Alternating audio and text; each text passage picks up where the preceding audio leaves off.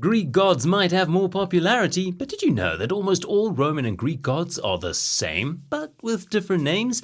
This is not a mere coincidence at all, because Greek mythology is over a millennium older than Roman mythology, so it makes sense that most of Roman mythology is inspired by the Greek traditions. If there's a Greek god, you can almost bet there's a Roman counterpart of that god. For instance, Greeks have Eros, who's the god of love, and the Romans have the Cupid. You might be wondering if all their gods are the same with just different names. Do they have the same powers as well? Will a battle between these two simply end in a tie? Let's find out. In the Greek mythology, there's a pantheon of gods called the Olympians that consist of 12 gods such as Zeus, Demeter, Poseidon, Hera, Athena, Artemis, Aphrodite, Hermes, and Apollo, etc. Now, the Romans have their own pantheon of gods who are awfully similar to the Greek ones. For example, they have Jupiter, who's like Zeus, Juno, who's like Hera, Neptune like Poseidon, and Venus like Aphrodite. So now you see what we mean. But the most important question is if Jupiter can beat Zeus, since they're both rulers of the sky and thunder. So let's take a look at the differences between the Roman and Greek gods. In Greek mythology, all the gods are portrayed with some human-like qualities, which means that they all have their own weaknesses, whereas Roman gods are meant to be more disciplined in nature. Zeus, who's the king of the gods, thunder and lightning, ruled over Mount Olympus, while his Roman counterpart Jupiter was head of the pantheon and protected ancient Rome. In Greek mythology, the symbols of Zeus include an eagle, a thunderbolt, and an oak tree. Since he ruled over the sky, Zeus was often portrayed as being in the clouds or sitting on top of Mount Olympus. Zeus's parents were Titans, and he eventually went to war against his father Kronos and won the battle. So it's possible that Zeus might be able to beat Jupiter, since he even betrayed and overpowered his own father. As for the god of the sea, horses, and earthquakes, Poseidon or Neptune in Roman mythology can often be seen on a chariot of horses or sea creatures. Poseidon's symbols include a three-pronged spear, as well as horses and dolphins. While he ruled over the seas, his brothers Zeus and Hades oversaw the skies and underworld. You might be familiar with his children Pegasus and Polyphemus that he had with Medusa. The strong and powerful Roman god of war Mars, many rumors about him are said to be inspired from the Greek god of war Ares.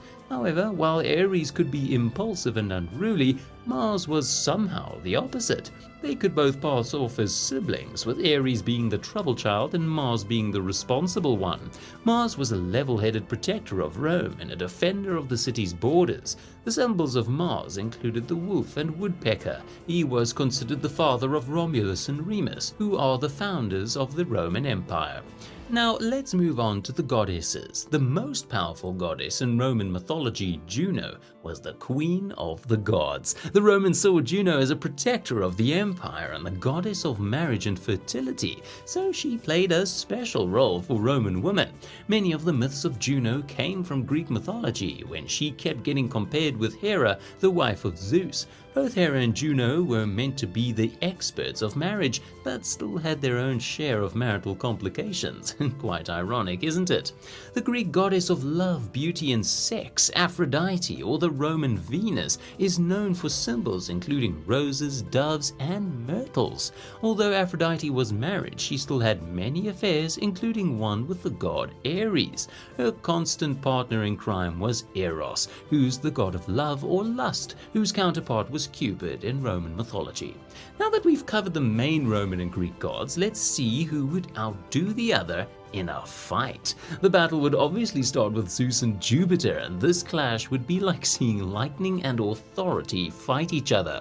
Zeus has an unpredictable nature, so some of you might think that he'll have the upper hand, but since Jupiter's more calm and strategic, his demeanor will eventually make him outlast Zeus. So you could say that Jupiter might just win by being the more wise leader. On the other hand, Poseidon and Neptune would have a far more fair fight. That's because of Poseidon's immense power and wild nature would definitely make him a fearsome opponent, especially if he's fighting Neptune. But since Neptune has the ability to control the seas with a more balanced approach, this might just give him an advantage in a battle, because you can't just win by using pure force and power. The fight between Aries and Mars would be a more emotional one, because as Aries is driven by chaos and bloodlust, he would be quite an aggressive fighter. However, Mars has more discipline, so it's going to take him a few minutes to come up with a strategy that would beat Aries. In a contest of charm and sex appeal, Aphrodite's manipulative nature might end the fight even before it starts, but Venus has a more deeper connection to her followers, and her role will help her overpower Aphrodite. Long story short, Greek gods are definitely the ones with more power and abilities, but since they're all meant to have human-like qualities, this makes them sort of immature and impulsive, whereas the Roman gods are not only powerful, they have the discipline it takes to win a battle. And that concludes our Roman gods versus Greek gods. Don't forget to like and subscribe to our channel for more videos like this. We'll see you in the next one.